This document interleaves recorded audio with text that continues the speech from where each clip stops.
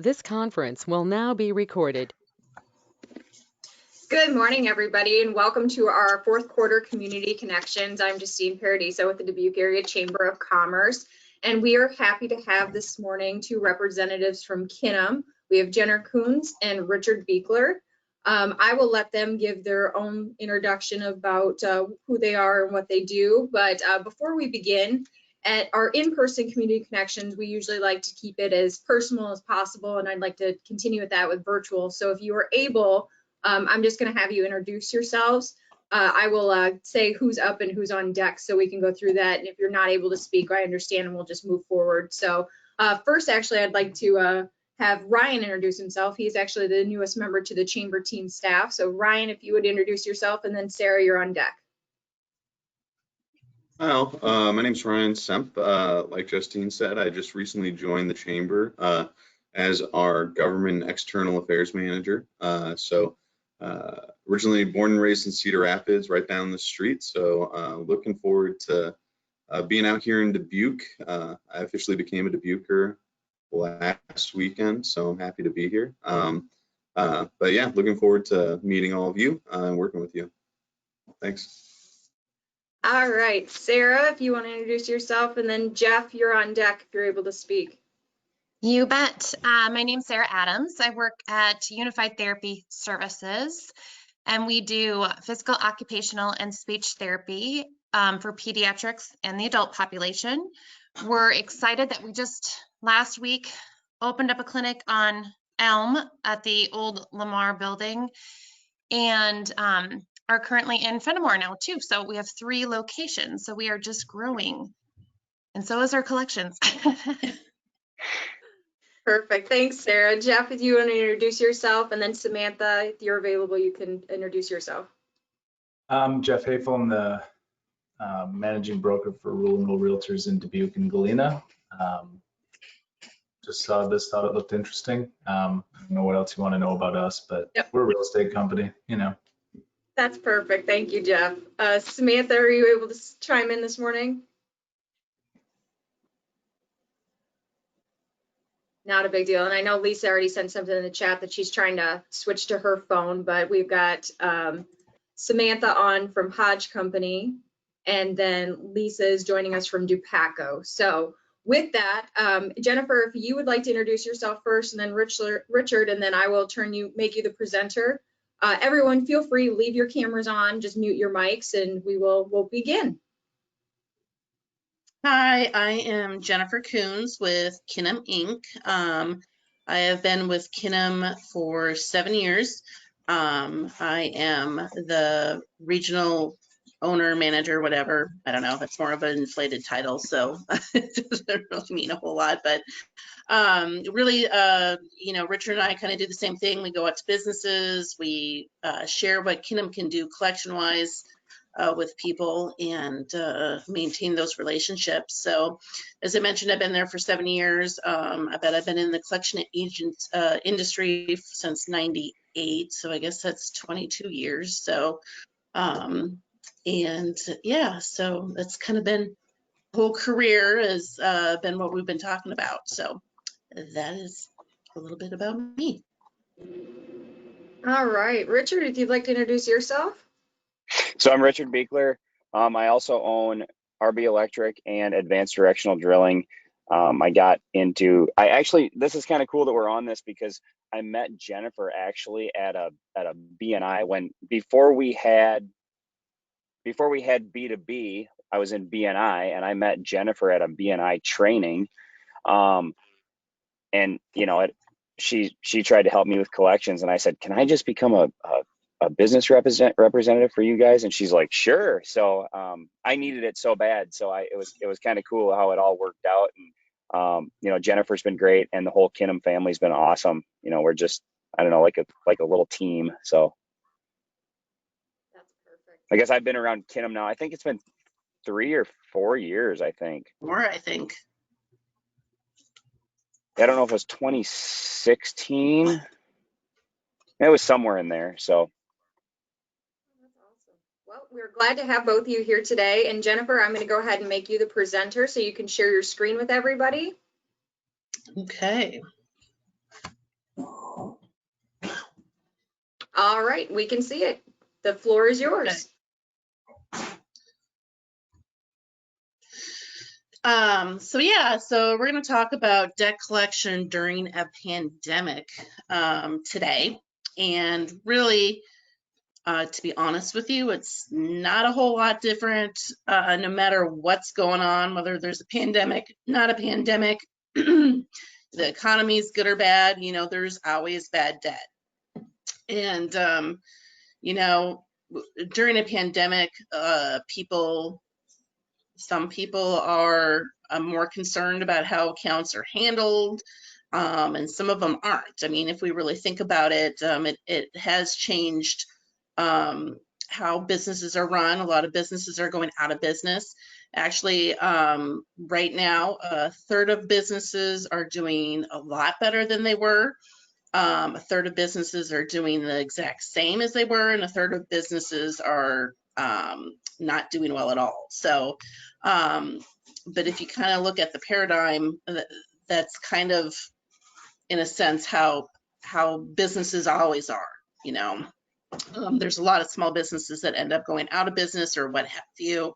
This is just kind of shifting on who some of those businesses are. So, you know, and you have different situations like Dubuque. I'm in Davenport, but you guys are on the border of Illinois and Wisconsin, so you have some other things going on. Just yesterday, I was talking to somebody who had run into two people who lost their jobs this week because Illinois closed down again. So you're dealing with like the entertainment industry, restaurants, what have you. So those put some things into play. So hopefully I can give you some options of how to deal with some of these other people, and what you can kind of do moving forward. So really, when you're talking about your money out there, the longer it's out there, the harder it is to collect on. And this is a study that was kind of done on businesses' money depreciating. Now, the little bit of discrepancy here based on what type of business you are and who your clientele is. This is more based on consumers and not business to business debt. But you can see here, your money depreciates 0.5% a day. So the longer it's out there, the longer it's past due, the harder it is going to get collected. Majority of your people are going to pay within the first 30 days. So about 90% of people pay within the first 30 days. So then at 60 days, the remaining 10%, you know, it just keeps on dropping from there. So I don't know if I want to use the word aggressive, but the sooner you can be consistent on your message of how to collect your debt, the more likelihood that you're going to get it collected.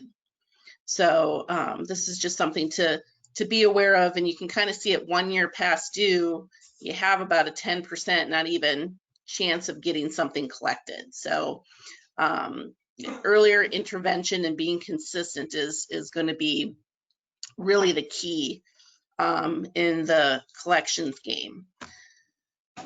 So when stimulus money came out this spring, it actually was a good thing. We've actually seen, as a collection agency, more monies recovered during this pandemic, because with stimulus money, according to a Gallup panel, 35% of that money was spent on people paying their bills.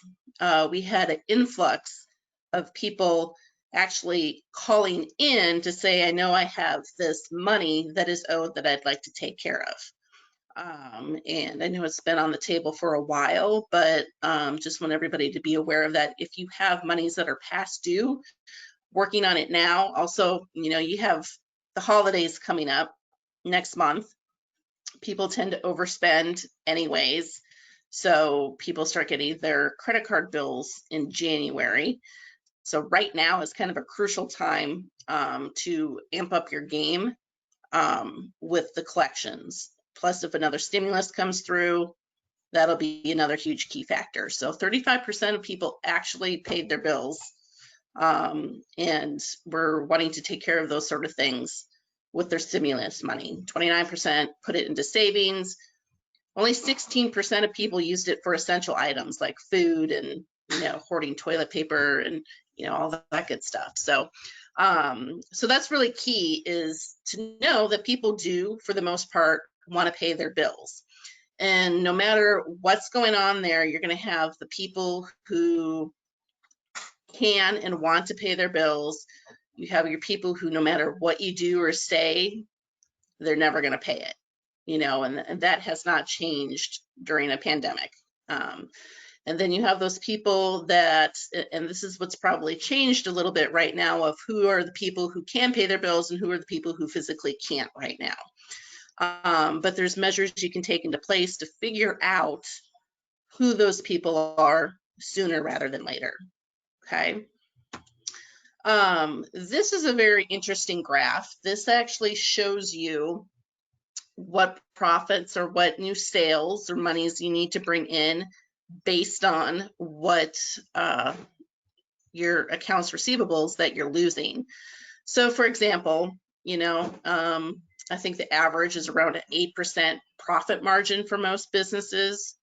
I find a lot of people have no clue what their profit margin is, but if you know that, and let's say you have $10,000 outstanding right now, and your profit margin is 8%. I mean, this is kind of staggering if you think about it, and people don't think about it this way. You would have to bring in another $125,000 of business just to make up this 10 grand that's on your receivables books right now that you haven't collected.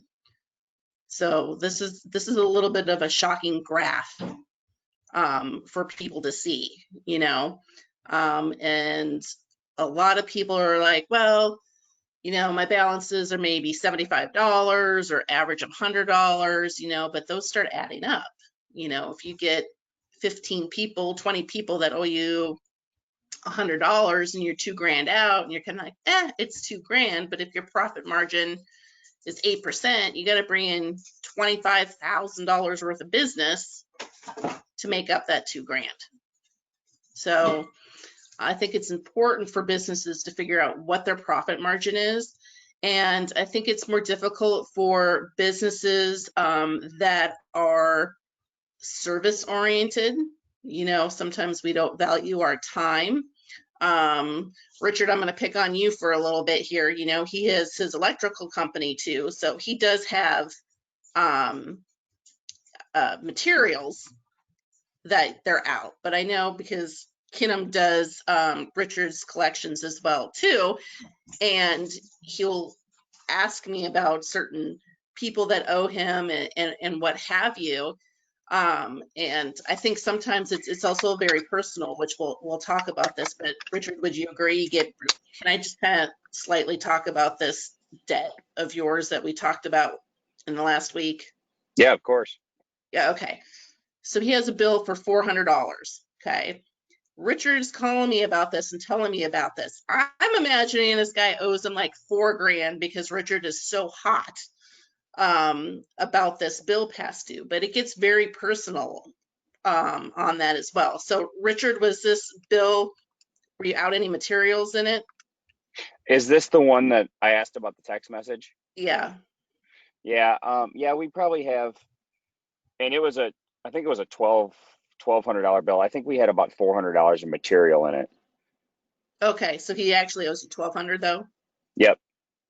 Okay, so in my mind, like the conversation I had with Richard is it was a $400 bill. That's what he had told me. But Richard is out $400 worth of materials. But that's $800 worth of his time. Maybe he paid his people to do the work. Maybe Richard did the work himself. Either or, right here we're talking, he's got to, maybe bring in another 10 grand to make up that 1,200. But in his mind, he's like, okay, the $800 was just really our time and effort. And I think that's, as businesses, what a lot of us do is out the time so we don't value that as much. Does that make sense for everybody? So I just kind of want to put that in light. And I didn't even know that the $400 with Richard was materials, and but $800 is time. And I'm sure you didn't do all the work, so you had to pay your guys to do the work, right, Richard? Correct. So technically, it wasn't even Richard's time. He still had to pay people to do it, you know? And I know some of the other people on the phone here too, you know, you're in businesses where that would be the case, is maybe you're like, well, it's just time. Well, you still had to pay your employees the time to go after that money. So this is kind of eye-opening, I think, for a lot of people. And yes, it's a pandemic right now, but all businesses out there need to survive. And I think we're all feeling bad for those people out there, because there are a lot of people affected from it, but there's also a ton of people who are benefiting from this pandemic. And you guys don't know who that is and who that isn't. So once again, that earlier intervention of working on your debt helps you identify it. If somebody's not communicating with you, you don't know what's going on with them. And most likely, if they're not communicating with you, they have no intentions of paying whatsoever. Sometimes it's embarrassment because they can't pay, but you will find most people are pretty good. And if you're communicating with them on a regular basis, they'll say, hey, I have this bill. You know, can you help me out with it? I don't have the money right now. Most people are going to come forward. If you're not hearing from anybody at all, it's because they probably have no intentions of paying you. Okay. You know, for example, I took my daughter to the dentist the other day, and I got a bill like a month ago for $20, and I thought that was weird, because I'm like, I'm pretty sure my insurance should have covered all of it. I don't know why I have a bill for $20. So I'm sitting at the dentist, and I totally wasn't thinking about it, and I was just waiting for her to get done, and I'm like, oh, I have this $20 bill. So I went up and I said, hey, I think I got a bill like a month ago for $20. And she's like, well, let me look into it. She's like, oh, it was incorrect. We made an adjustment. You don't need to pay that. But she's like, thank you so much for coming up and saying something. She's like, most people wouldn't even come up and say anything, you know? So just, you know, being aware of those things, being aware. One of the things we'll talk about here too is, if you do make a mistake, make sure you own up to it. You know, sorry, you didn't really owe that money. Sorry, you know, it was supposed to be $200, not $300, what have you. But people appreciate that honesty from a business as well. So here are some tips of what you can do from the get-go. And this will help you to not run into collection situations and help you identify people sooner who might be a problem in collections, or have no intentions, I should say, of paying you. So first you want to do is have a defined credit collection policy, and clearly state your payment terms in writing for your debtor or your patient or whomever. Some businesses do this. I find a lot of people don't, but I think it would behoove you to sit down and take 20 minutes and figure out, what is our process going to be? What are we expecting? So if you can establish a written internal collection policy, you want to keep it clear and simple. Definitely easier in training when you have new employees. I know a lot of businesses just have one person who works on this, but if you have a new employee, or, I mean, a lot of people aren't comfortable asking for money or collecting money. So if you have a written policy, you can have that for the person who's in charge of asking for the money, because you might have people physically walking in or giving a call on questions on their bill. So if you have a defined policy, that will definitely help you out. It also helps you identify, nope, I'm not leaving the meeting. Sorry, it's covering up some of my screen, so I'm trying to move my GoToMeeting thing here. So you definitely want to have something in place. So it also establishes performance benchmarks. I have one client where if I actually go into their office, they have a whiteboard on the wall and it says, this is our sales goal. It's kind of interesting to me because it's a chiropractic office, but they have their sales goals on the wall, how much they're bringing in, how much they're going to collect. You know, they really break it down and they work it like a business. And you also need to review this and update it regularly. So if you guys have a collection process in place, I would recommend that you review it, because most people write it and 10 years later they realize they're working off the same things. And if you think about it, a lot of things have changed in the last 10 years with technology and how you can do things. So I would recommend reviewing that. Defining a collection policy. What does past due mean? This is huge. When we sit down with the business, you know, you start asking about their accounts receivable and they're like, well, I have these 2 accounts that I'm really concerned about that are, you know, a year and a half past due. And then those are the ones that are focusing on. Well, what about the things that are 30 days, 60 days? I think for most people, if somebody's 60 days past due, most people would consider that past due, like you're doing something about it or you're wondering about it or what have you. So having a definition of when are we going to really consider somebody past due? How many statements, emails, phone calls are you going to make? What are your acceptable payment arrangements that you're going to accept? And how is returned mail, if any, handled? Okay, so the returned mail is using this address service requested on your envelopes. If you get your envelopes printed, you can have this automatically printed onto your envelope. And really, this is your first level of skip tracing to find people.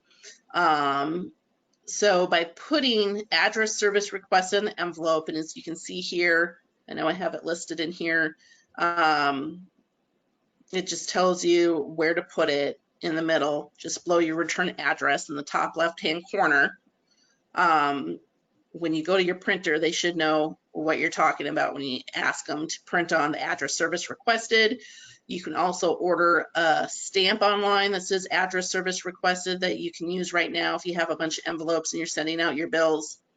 But the post office will research this, and if somebody has moved and put in a change of address, they will actually send you back an envelope with a yellow sticker on it that gives you the new address for this person. Okay. This is also good because, let's say, I think forwarding expires after 6 months. So this will just give you that information if there is this new address. And if you're talking about a pandemic, people are moving around a little bit more, especially if they're in a rental situation. So this is highly recommended to do. The post office does charge a fee. I have no clue what it is nowadays, but they send that little envelope like when you don't have enough postage on there, and I think it's like $1. So well worth the $1 that they will charge you to get a new address. So this is something that I recommend that you do, that the post office will offer. So tip 3, use your aging summary report. I can't see the word, but I'm going to probably says, oh, not your feelings, I can see. Be diplomatic and but be persistent. So this is very difficult. So if you have this defined policy, a lot of people, especially if you're in the medical industry, you know, you're in a lot of places, you're here to help people in our businesses. And when you're doing that, you can use your feelings and your heart more than your head, and being logical about somebody owing you the money. You know, if you're getting a sob story from somebody, you might want to decide from the get-go, like, this is probably going to be something I'm not going to get paid. Am I going to take this on?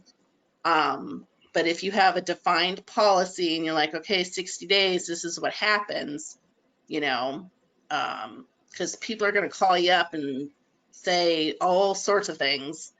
And you don't know if they're true or not. Unfortunately, when people owe money, we tend to fib. You know, this is happening, that's happening, I don't have this, I don't have that.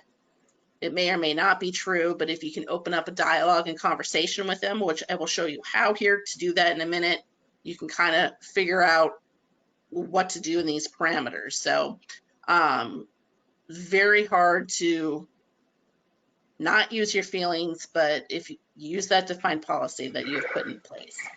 Things that you can do a little bit different to have your bill stand out from other people. If you print it on colored paper, not everybody, these are the people that maybe are reaching 30 days or 60 days or what have you. Obviously, if you have a large number of those, that might not help, but if you're just having a few here or there, doing something a little different, use colored paper, write a handwritten note, you know, maybe say, hi, Justine, hope all is well with you. You know, give us a call. Looking forward to your payment. I don't know, but like if you can write something or use a colored piece of paper, people are gonna notice it a little bit more. The handwritten note makes them feel a little bit more obligated to pay. When people aren't paying their bills, they're not paying other bills. And what you're just trying to do is get you a little bit higher on the priority list because people are going to squeak by on who they can the most. Like if I'm not paying 10 people, I'm going to pay, and I have intentions of paying these 10 people, I'm going to pay whoever puts the most pressure on me first. So doing these little things can help you get higher on that list. Yeah, Tip number Jennifer, 4. and we've learned also that the handwritten notes are a great thing for us. And even with the accounts that we do turn over, in the end, so everybody that pays a bill, every time they pay a bill, not just a partial payment or it's every time they pay us. Every time they pay us, not just a full invoice, we send them a handwritten thank you. So in conjunction with the handwritten notes to get them to pay, the handwritten thank yous, we've gotten a lot of great feedback out of that. And I think that's really helped people want to pay their bills because it makes them feel like we care, even though we don't. No, I'm just kidding. We care, but it makes them feel like we care. So. Absolutely. Yeah, that's a great idea to do. So, and also you can contact people a little bit more frequently. So every 10 to 15 days. I know it might sound a little excessive, but if you actually send out something to somebody every 2 weeks, they're more likely to pay it than the people that are contacting them every 30 days. Or a lot of businesses we talk about, they might keep sending statements out every month, but sometimes we talk to a business, well, if they haven't paid it in 90 days, we just stop sending them statements. Well, if you don't get something in the mail or hear about it, you're not going to remember to pay it. Maybe there was something for the first 60 days where they couldn't pay it, but then you tend to forget about things. So actually contacting people is not a bad thing because some people are just forgetful. So, and if you have too many accounts to keep up with that, there are services, not only Kinum, but there are other services out there, billing companies and what have you, that can help you stay on top of it. But having that plan, following through with it is really the key to help figuring out who has the intentions of paying you. Tip number 5, make sure your staff is trained. We hear a lot of times that people are like, I just had to figure it out myself. So training your staff, being firm but courteous is the key. I've also met people who are a little over the top where they're like, they owe us money and they're going down and we're gonna, okay, well, that's probably not helping your business either. So you can be firm but courteous is very important. Even experienced staff can become jaded over time. give them either way that can go again too. So not only should you review your policy, but you should review your policy with all the staff.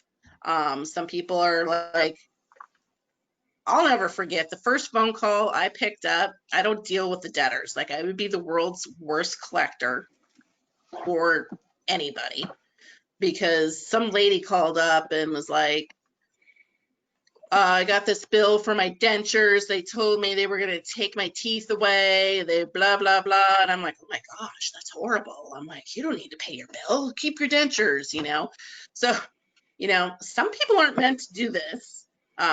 Even if it's just talking to your customers, and some people are a little over the top. So maybe even just watching the people, listening to them a little bit, how they handle your customers can kind of give you an idea. And then open dialogue with your employees to make sure that, having a communication with, do you enjoy this? Does it upset you? Do you, get worked up about it? And either that you can't do it, or that you get a little worked up that they owe the money, make sure you got the right people in play to be doing this. So, and then your staff has to sell the concept to the clients and the patients that they should pay you in a timely fashion.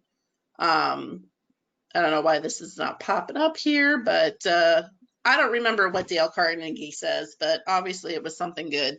I think it's on the next slide, Jennifer. It's think, Is it? feel, and act. It is. There you go. I don't know why there's, okay. Think, feel, and act. So, that is kind of what you want to put yourself into when talking to a debtor too, when they owe the money. I think a lot of us can get very defensive. That is not going to help your relationship with your customer, nor is it going to help you get paid from them. So, and I have some slides here on how to do this, but you definitely want to think, feel, and act as what position are they in? What position are you in? Take a moment before you respond to what this person is saying to you. And I think when these emotions come in as well, not only can we be like, let's give them a break, but it can also be like, I'm really upset with this person because they've owed me for 6 months and they've given me 50 different stories. Before you react, really listen to what they're saying. So you can communicate by phone with these people. You definitely want to make a connection with them. Actively listen for clues to motivate them to pay. I think the big thing here is we need to listen to what they're saying. You want to speak clearly, energetically, be prepared for it, well-paced, have your objective in mind that you're going to want to get payment, but just be prepared. So if you talk to your staff about this, that some scenarios of what should I do if they say this, or what is our policy? So if you have that policy defined and they can have it in front of them, that's helpful.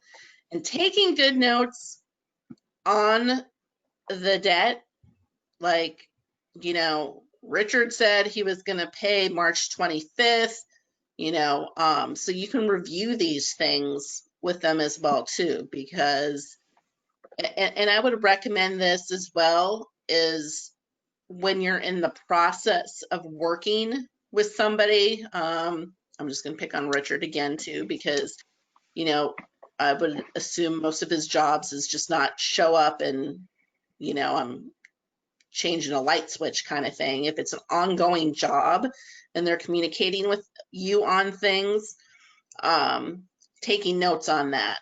We discussed changing this or adding this, or there were concerns about that, because if you can go back to your notes, if there's a situation with the bill, that is also very helpful. So I always kick myself when a client has called me on a certain debtor and I didn't write the notes down, and lo and behold, 2 months later, they're calling me back on it. And I was like, I really should have wrote those notes down on that. So yeah, and that's one thing that we've really gotten into as a company, is taking notes on everything. From the start of the job to the end of the job, we take notes. That way, if the customer has questions, we can explain it to them.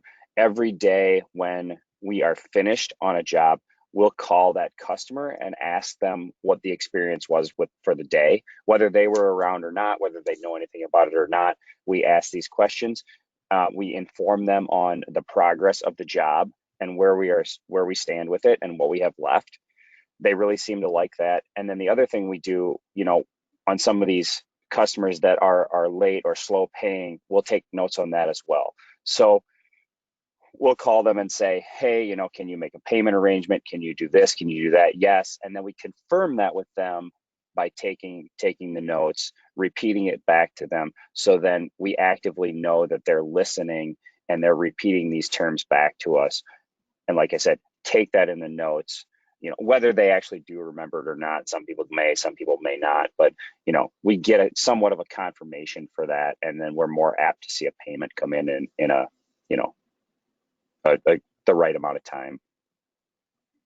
And not have any disputes on extra work or changes that have been made too. So, Yep. Not only is he following up on to make sure his bills get paid, but like just listening to him, I'm like, I want to work with a business like that. I want to get a thank you note for when I pay my bill. I'm like, I want to, I like to know what's going on along the way. So he just has some good practices for retaining business and having people want to use them and recommend them too.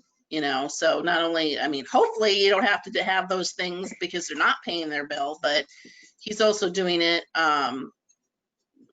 just to overall show that, he's a conscientious business owner and people are going to want to use his services. So, so collecting by phone, mental attitude, expect success, goal, figure out what your goal is. I'm going to assume most people want payment in full with one call, but you got to figure out when are you going to start making these phone calls? Is it going to be 45 days, 30 days? How are you going to track those days, times of calls, set your goal for the number of calls you're going to make in that day. Maybe once a week, somebody dedicates, Tuesdays between 1 and 2 to do this or what have you. Do you leave a voicemail message? Do you call their work? I just want to say, businesses are also governed by collection laws, just like collection agencies are. So you got to be careful what you say. I'm not an attorney, but you can't say, Justine, you owe us $1,000. I'll leave a voicemail. You owe us $1,000. Better call me back and get this taken care of, because you don't know who will hear the voicemail. So that was just a violation of her privacy. So be aware of, you have to actually say, you got to call me back regarding a business matter. I think that's pretty much universal for, you owe money, and they know why you're calling them. They know they owe you money. So, but just be careful of what you leave on voicemails, or if you do call somebody's work. Honestly, I don't know too many businesses that do that, but you can, of leaving messages of what it's regarding. So,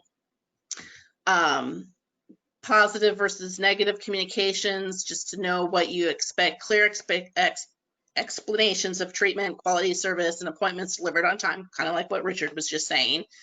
But I would hope people aren't saying, I don't care about your problems.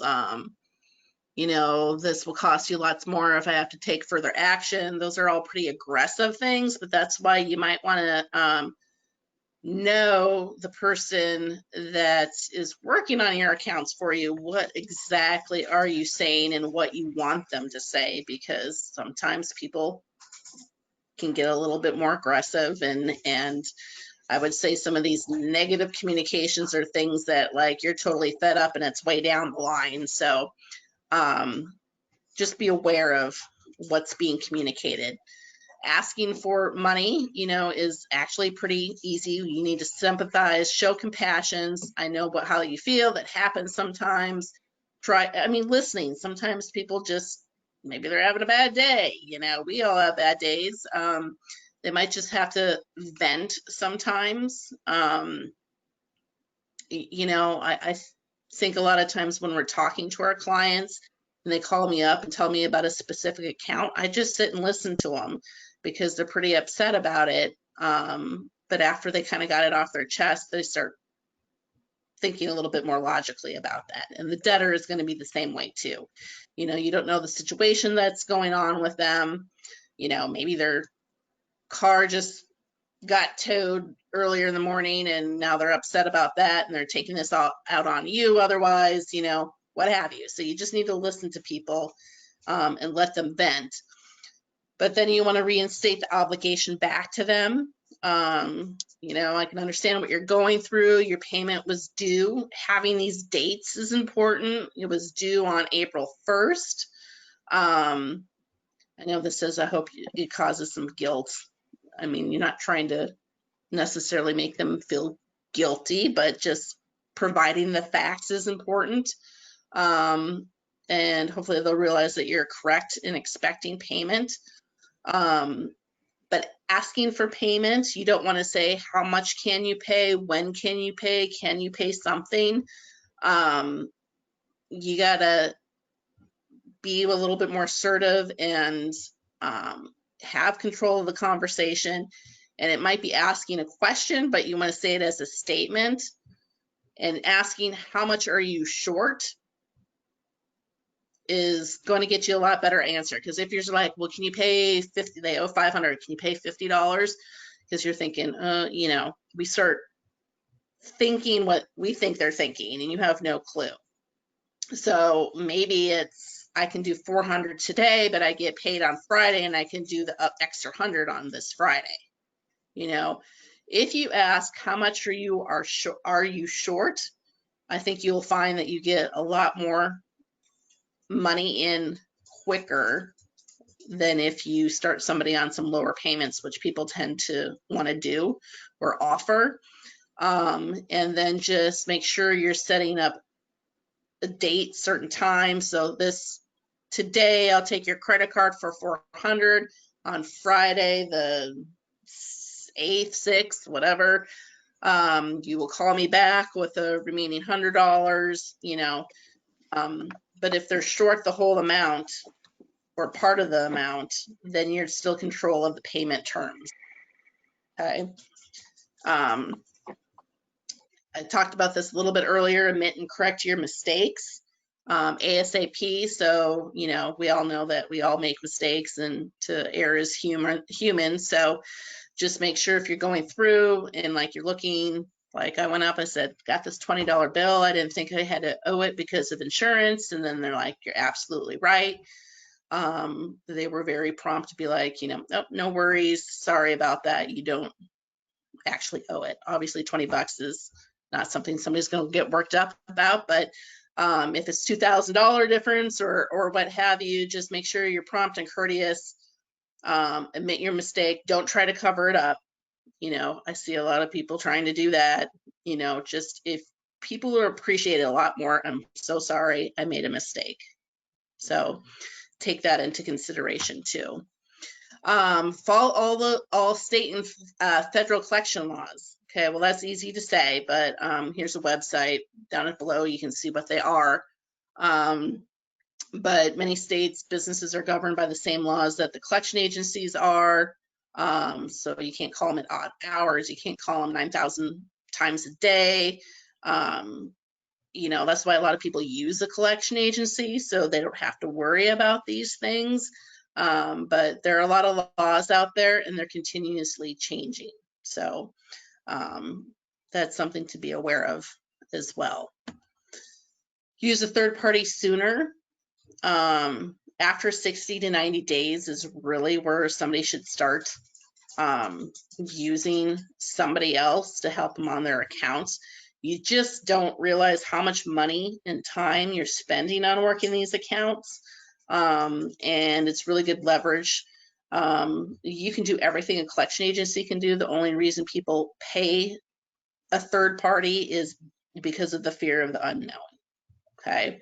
So if they haven't paid you or ignoring you, it's a good time to get somebody involved because they most likely are going to continue to do so once it gets this far out past due. probably like 10 years ago, I had one of my medical clients do an internal study. They actually found that it cost them internally $15 every single time they were trying to reach out to somebody. So it adds up a little bit more time, effort, and all of that stuff. It adds up more than you think. So sometimes you need to cut your losses a little bit sooner than later. So these are just some things that you can, I know I'm starting to run out of time. I'm looking at the clock here, so I'm sorry. I'm speeding up a little bit here. So, you know, people will abuse your written policies, procedures. You'll get broken promises. These are all reasons why you want to use a third party. You can't reach them by phone. You don't physically know where they are. Things are disconnected. They've blocked you. Okay, that's obviously something that can happen. Missed payments, payments are getting smaller. You've sent a certified mail return, it goes unclaimed. They disputed the balance, disputed quality of service or product. Debtor says you'll get paid when I get paid. Admission of inability to pay, bounce check, no response. Bounce check, I know people don't run into that a whole lot, but those depreciate 2% a day. So by the time a check that's bounced has been out there for 30 days, it's really tough to get on it. So you need to get on bounce checks right away. So these are all some reasons to use a third party. And then, you know, nobody collects every account. And I said that at the beginning. Even with a good billing and collection policy, you still have a few accounts that you're never going to get collected. So, you know, unfortunately, it's a cost of having a business. But the more consistent and the sooner you can be consistent and have a plan in place, the more likely you'll get your money in. So that, I believe, is, oh, I do have a quiz. I don't know if anybody wants to follow along with this, but I'll just read them off. A debt must be, these are some things that a lot of people think. A debt must be at least 90 days past due before sending to collections. Anybody want to say whether that's true or false? False. False. You can, somebody can leave your business right now. You could turn them into collections if you wanted to. It's just obviously not good business practice. So you must inform debtors before turning their account over to a collection agency. So do you have to write them to tell them you're going to turn them into collections? False. Yes. Nope. Nope. I know. No Well, a lot idea. of people think you do. A lot of people think you do, but you don't actually. So as I mentioned, yeah, it's like literally somebody could turn around and leave your business and you could turn them into a collection agency right there on the spot. Hopefully nobody ever does that, but you could if you really wanted to. You cannot speak to a debtor's spouse regarding their bill. True or false? False. Actually true, you can. Because they're married. Excuse me, that you can do that. As long as the debtor pays $1 per month, you cannot turn their account over to collections. True or false? False. Correct. It is false. So the only way you can't turn some, if you agreed to $1 per month, you can't turn them into collections. But, you know, if you didn't make payment arrangements with them and they're not following the payment arrangements, you can still turn them into collections. If a check is marked payment in full, like in the little memo area, and it's not paid in full, you can simply just scratch it out. I have no idea. Oh, I False. couldn't hear you. False. Okay, correct. So technically, if somebody writes you, they owe you $300, they write you a check for $200, and they write payment in full in the memo, technically you just accepted that as payment in full, and no, you cannot scratch it out and cash it and say it wasn't really payment. So just a question on that. So if you Yeah. were to cash it and it wasn't for the amount and it said payment in full, could then they dispute and say, you know, you cashed the check, I don't need to pay the other 100? Yes. Oh, okay. Yep. Even if you never use a collection agency, you can threaten turning the debtor over anyways to a collection agency. True or false? True. Never seems absolute, so I'll say false. Correct. So we find like a lot of people, their final letter usually says, if you don't pay within 15 days, we're going to turn you over to our attorney or collection agency, blah, blah, blah, blah, blah. Technically, it's illegal to say you're going to use an agency or an attorney or something to that effect and not do it. I know that sounds ridiculous. Now, I'll also say in my 22 years of being in this industry, not one of my clients has ever been sued for saying, I'm going to turn you over to a collection agency and not do it. But technically, some crazy person could sue you for doing that. So that's it. Questions? I would go back to, you were talking about like reviewing your collection policy as a company. Mhm. How often do you recommend a company does that? At least once a year, Okay. unless there's like some big changes that have happened, but every year, you know. And I also recommend if you have a business where people come in more than once, like medical or what have you, that you make sure you update that person's, the customer's information at least once a year. So sometimes, like if you have a file in them and they have them fill out a piece of paper, maybe in 2020 the piece of paper is green, and in 2021 you'll use a blue piece of paper. So when you open up the person's file, you'd be like, oh, it's been 5 years since we've updated their information. So that's something that you can do too. Other questions? Just curious, if you written notices versus phone calls, do you see more response by calling than you do from a written notice typically? As a collection agency or as a business? I guess I can put it to you. I'll ask you as a collection Either or. agency, and Richard, you as a business. But really, for written for, well, I would say written for both would get more of a response. But making it easy for people to pay. So if you have a place for people to pay on your website, people don't like calling people. I don't know about you. I actually physically don't own checks, so I either have to give somebody my card or go online and pay. So making it easier for people to pay, you're more likely to get paid. Richard, what are your thoughts on that? Yeah, the easier it is for them to pay, the more likely you are to get paid. The issue we found with calling now is people, if they don't know your number, they don't answer your phone.